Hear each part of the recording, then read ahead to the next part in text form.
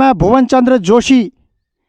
इस समय मैं मौजूद हूँ हल्द्वानी के नज़दीक एक बिंदु खत्ता और यहाँ पर गोला जो आप देख रहे हैं हमारे सामने सीधे यहाँ पर गोला का पूरा पार्ट, जहाँ पर पूरा क्रेशर और रेता बजरी जो रोड़ी है यहीं से पूरी हल्द्वानी के लिए सप्लाई होती है। और यहाँ पर कुछ पिछले 2022 में कुछ ऐसी आपदा आई थी जहाँ पर कई मकान ढह गए थे और कई लोग हताहत हो गए थे।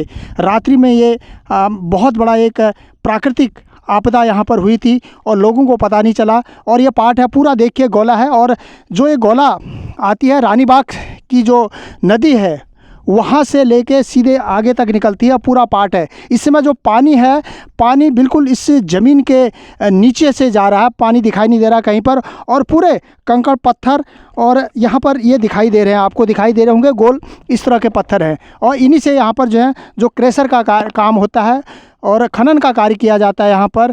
और हर जगह के लिए यहाँ से रेता बजरी रोड़ी और सप्लाई की जाती है। और इसी पर ज़्यादा जानकारी के लिए यहाँ के जो मूल निवासी हैं उनसे जानने की कोशिश करते हैं। नमस्कार सर। हाँ गुरु जी नमस्कार। आपका सबसे पहले अपना नाम बताइए। मेरा नाम हरीशचंद पांडे। और ये जो गोला है, ये गोला में क्या क्या चीज़ होता है, किस तरह का काम होता है यहाँ पर? यहाँ ये मकानों के लिए रेता बजरी और गाड़ियों का व्यवसाय, जो गाड़ियों का वो है, सब यहीं से होता है। ये 2022 में पूरा ये जितना ये पार्ट था इसमें सब लोगों की ज़मीनें थी। 2022 में 2-3 मकान यही जो सामने दिख रहे हैं ये मकान सब ढह गए।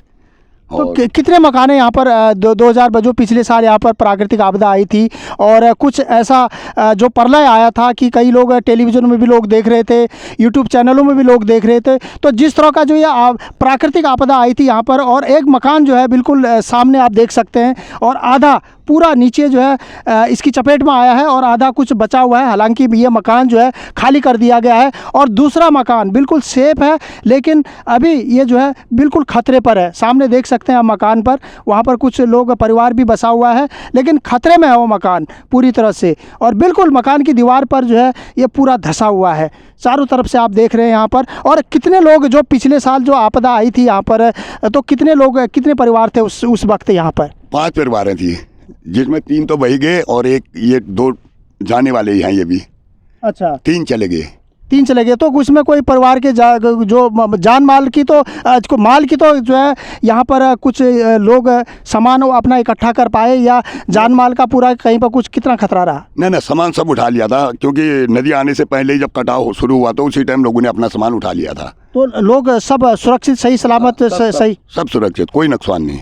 अच्छा, उसके बाद भी जो है जो मकान सामने दिख रहे हैं उन पर भी ये खतरा मंडरा रहा है, आप देख रहे हैं चारों तरफ से। क्योंकि यहाँ पर पूरी तरह से पहले जो गोला का जो पानी का बहाव था वो बहाव था उस तरफ, पार की तरफ था। लेकिन जब पिछले साल जो प्राकृतिक आपदा आई, उस आपदा के बाद जो एक इस पानी का जो बहाव है और इसका जो कटाव है, कटाव सीधे बिंदु खत्ता की तरफ से आ गया है। चारों तरफ से आप देख रहे हैं, और यहाँ पर जो है ये पूरा काम क्रेशर का किया जा रहा है चारों तरफ से, और खतरे में है पूरी तरह से। और आगे भी जो जमीन कितनी खतरे में आई यहाँ पर? यहाँ पर कम से कम 10 एकड़ जमीन बह चुकी है।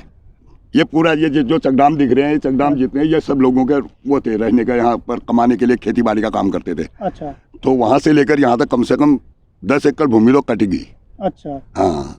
तो हो सकता है कि आने वाले टाइम में इस तरह की अगर प्राकृतिक आपदा आए तो और भी कटाव जाने की संभावना है कि ज़मीन और भी कट सकती है, क्योंकि ये जो ढलान है, ढलान अब बिंदु खत्ता की तरफ से हो रहा है। सर तो पूरा ये तो पूरे गांव खतरे में है। अब तो ऐसा हो गया कि जबकि इसमें विधायक जी ने 2 बार कह दिया कि इसमें वो बनेगा, ये वो बनेंगे, नाली बनेंगे करके, लेकिन अभी तक कोई काम नहीं, सरकार की तरफ से भी कोई वो नहीं सुनवाई।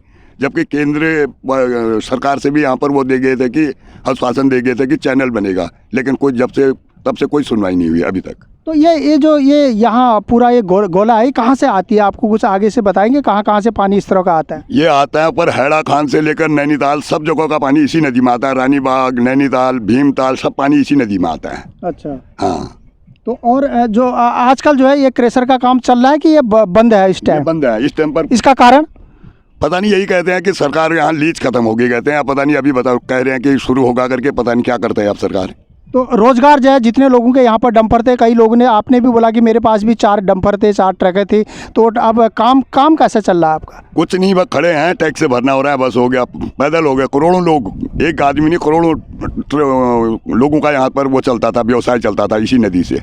तो रोज़गार बिल्कुल अब ठप है, क्योंकि बहुत सारे लोगों ने जो है यहाँ से लोगों को ये लगा कि शायद क्रशर यहाँ से जाएगा, और लोगों का रोज़गार बना हुआ था कई सालों से। कितने सालों से बंद है यहाँ पर? ये अभी इसी साल है, 2023 में, 2022 में चला था, 2023 में बंद है। अच्छा, इसी आपदा के कारण ये बंद हो चुका है। और चारों तरफ से आप देख रहे हैं पूरा पाट है, और जो पानी है, जो आप कहते हैं रानी बाग से पानी आता, पानी कहाँ चला जाता है, कहाँ निकलता है? ये सर बरसात में आता है, उसके बाद ये रेतीली ज़मीन होती है, पानी नीचे समा जाता है इसी रेत के नीचे। तो इसके नीचे पानी है मतलब? इसके नीचे पानी है। अच्छा, तो ये नीचे कहाँ तक निकलता है संभावना? ये यहाँ से करीब 2 किलोमीटर नीचे में फिर पानी आ जाता है। ये बीच में सूखा है, 2 किलोमीटर नीचे जाएंगे तो फिर पानी मिल जाएगा आपको। अच्छा, हाँ। तो देखिए, तो इस तरह का जो है यहाँ पर जो लोगों का रोज़गार है, रोज़गार की भी दृष्टिकोण से अगर देखें तो यहाँ पर बिल्कुल ठप पड़ा हुआ है।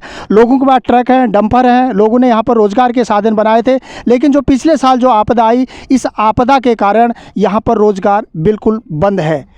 अभी तक के लिए इतना ही। नमस्कार।